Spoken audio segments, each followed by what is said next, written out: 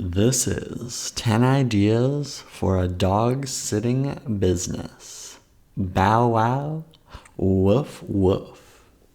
Thought I'd bring in Snoopy Sr. and Snoopy Jr. for this one, but I thought I'd answer this question that I came across because, well, I really want to help out businesses that have maybe launched an idea, but they don't know how to promote it or they don't know where to start. And this one is related to a dog sitting business.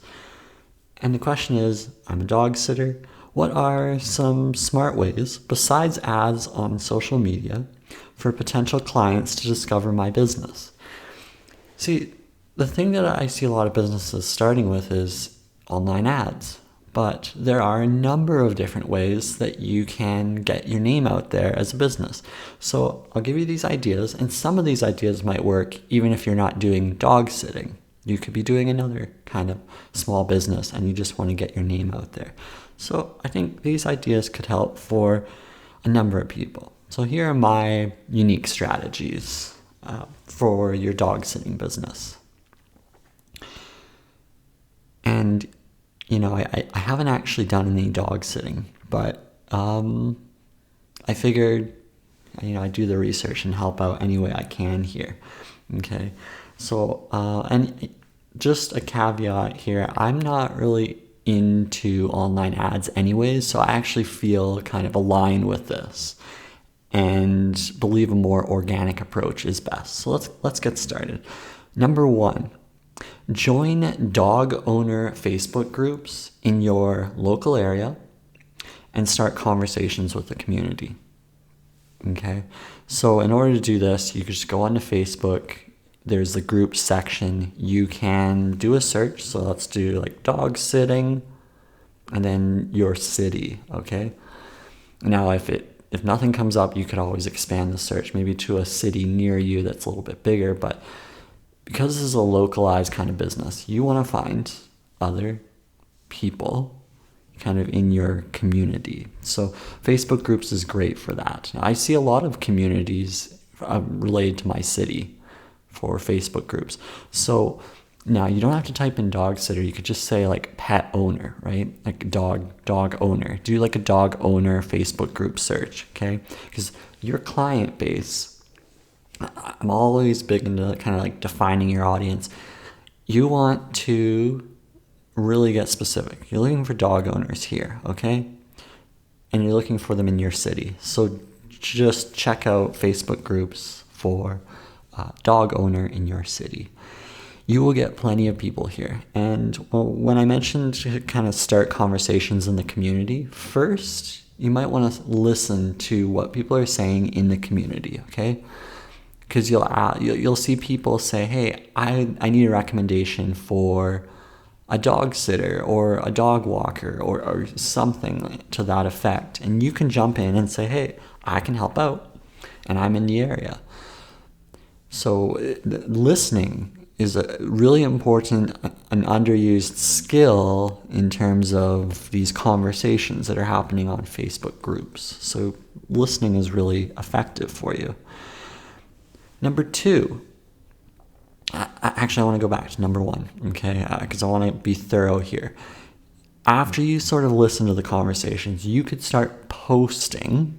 If you've built rapport, you can start posting on these Facebook groups, maybe helpful tips related to dog owners. Now, I'll probably talk a bit more about this later, about sort of how-tos and tips and whatnot, but Facebook groups, it's a good opportunity. But at first, with these Facebook groups, I would want you to listen in on the conversations, okay? You only have so much time because you are the dog sitter per se. So what you're just doing is finding the clients to fill your day. And eventually you could scale up, getting other dog sitters on your team and whatnot. But Facebook groups, that's my number one. Number two, attend meetups where people gather with their pets. So this is a face-to-face opportunity. Meetups.com. You go on there, type in dog owner walking group. And it's a brilliant way to organically just have natural conversations with people who have dogs. Likely these people are very positive and whatnot, and they're very much willing to talk. So Meetups is fantastic for this. Hop on there, join a few groups in your community, similar to Facebook groups, but now we're talking offline, we're talking face-to-face, and kind of get comfortable just talking to anyone that's got their dogs. And you can even broaden it and check out some pet groups as well. That's an option. Number 3, do a direct mail campaign, which is specific to your region. You can use the post office to deliver these, okay? In Canada here, we have Canada Post, and there's actually an advertising platform which allows people to do direct mail by postal code. There could be something similar in the US for United States Postal Service. Or you could hand these direct mailers out door to door, okay? Which is great if you do door to door for apartment buildings. Door to door for apartment buildings is perfect because you're landing like 100, 200 people all in like one building. And they have all these pets, right? So direct mail, way more effective door to door if it's in a massive complex.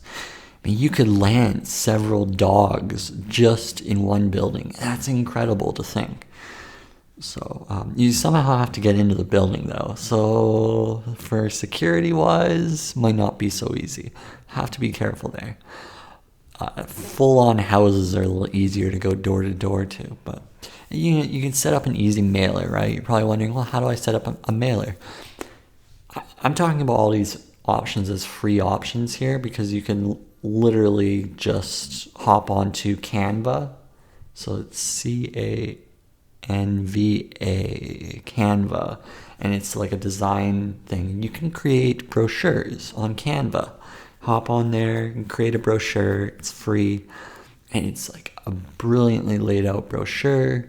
And then you can go to if you have a printer, you can print these off, or you can go locally and print off some of these. You could do that.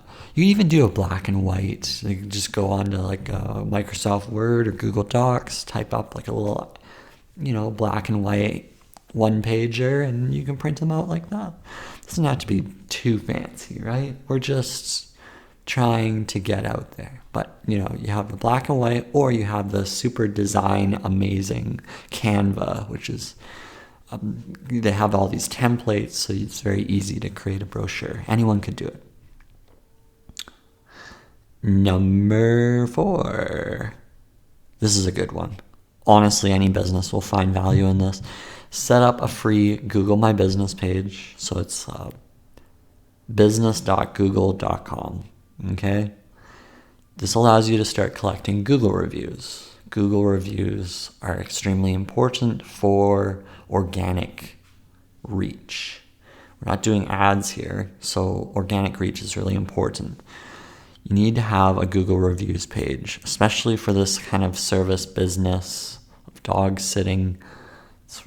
It's important. And what you want to do, because this is the equivalent to today's phone book. Google My Business is a listing. It shows up on Google search with your business name. It literally is replacing the phone book. So when people search for dog, sitter, and your location, you should show up first on the page, okay? At least maybe 2 or 3, number 2, number 3. Google My Business improves your ranking for this, right? I mean, you can literally show up. If I type in dog sitter and your city, you should show up, okay? Google My Business increases the chances of you showing up, so...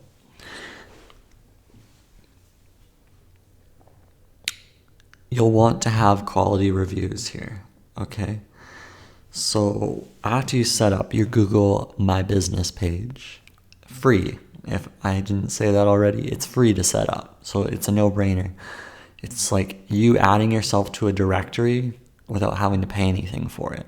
So after you've set this page up, you want to get those reviews. You want to ask anyone that you know who has used your services, ask them if they would like to leave a review. And ideally, these are people who are happy with your service, because then they'll be more likely to leave your 5-star review that you need. So this is what you want to do, okay? This is really important to get these 5-star reviews. And I'd say at least 20 of them, to be honest. I'm going to be straight up honest here. At least 20 is going to help you with foot traffic significantly compared to just a couple reviews, right?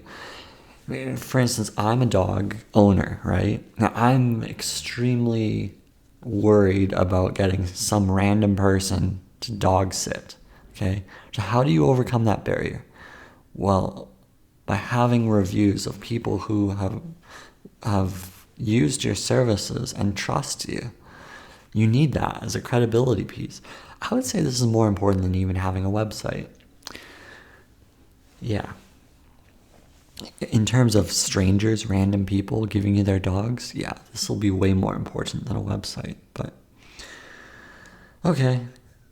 My number 4 there. So none of this is in any particular order of importance, but something that you can do right away is the Google My Business page. So I'm going to say that is my number 1 marketing strategy for you. Hopefully that helps. Number 5. You should create written blog content, perhaps related to dog care tips and how-tos. Your inbound leads from this content will help you with your business, okay? You need to have quality tips on dog care, dog hairstyling, dog clothing, dog anything that could maybe generate some sort of leads for you. Maybe talk about something locally in your area, right? In your city. This is like a long-term game, right? This is if you're thinking, hey, I'm going to be doing this for the next 10 years, and I just want people to be coming to me, right? This is an idea for you, okay? This is not a quick fix, though, okay? This is not going to get you results overnight. And anyone that promises it will, it's a tough order here. All this really does is gets you ranked a little higher in the search for Google. So have this written blog content, which is really helpful for keywords and everything. And this allows you to become sort of this like authority expert on dog sitting. Eventually, you could take this content and do something else with it. Oh, yeah, actually, that's what you should do. Number 6, repurpose it. Okay, repurpose the content that you've created. Always repurpose any content that you create. It's silly to think that having it up on one place is enough. You could take that content and repurpose it. Okay, share these tips. Like I mentioned, Facebook groups. Share these tips on the Facebook groups that you're a part of. Share these tips in the form of video on YouTube, on Instagram, with your location tagged, right? You can tag your location in YouTube. Why is that valuable? Well, somebody's watching your video on YouTube. They see the city and they're like, oh, hey, you're in my city. I could use your services. Even better, if the location's tagged, your video will show up more frequently for the people in your area, right? YouTube will do all this work for you. They're doing this advertising for you by tagging the location. YouTube's a number 2 search engine behind Google, okay? Number 2. Every business should leverage this fact, okay? Being on Google with your written content is awesome. And then if you were to create video content on YouTube, Boom. Number 2 search engine, you got yourself covered. Those 2 places, you're golden. Yeah, every business should be leveraging these search engines. Okay, number 7, post all of your created content across your social media platforms. Okay. Sort of already kind of covered this. I got excited. I jumped ahead. Repurpose. Social media platforms, including TikTok, Snapchat, Instagram, all this stuff. You even go on to Quora, question and answer platform, answer questions related to dog sitting. Use the content you've created, tips and how-tos. Repurpose this onto that platform. Make a list of all these different platforms, okay? You got a Facebook page, right? Have a Facebook page. Get some reviews on there. Facebook page. Twitter. Instagram. Pinterest. Do some images on there. Look, I don't want you obsessing about social media platforms and trying to create new content for every single one of them. Take your main piece of content, the written content or the video content, and break it down into little pieces. Shouldn't spend more than an hour doing this distribution on these other social media platforms. Don't get caught up in it. Your business is the dog sitting business. You spend that 1 hour a day on the social media, you'll be flying, okay? Because you have all these eyeballs, and they're all fractured these days. They're all on these different platforms. Somebody who's obsessed with Instagram might not be on Facebook. Somebody who's on Facebook might not be on Twitter.